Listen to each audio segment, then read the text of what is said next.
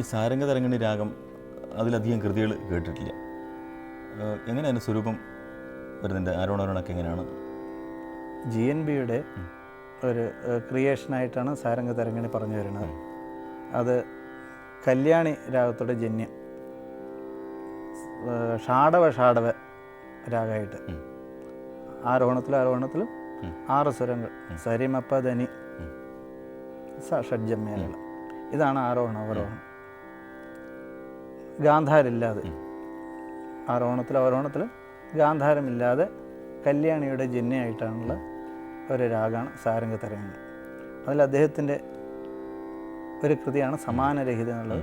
സരിമ പദനി സനിധപമരി സരിമ പദനി സനിധപമരി. സരസ്വതിയായിട്ട് അടുത്ത് വരുന്നു ശരിക്കും, സരസ്വരാമായിട്ട്. അതെ.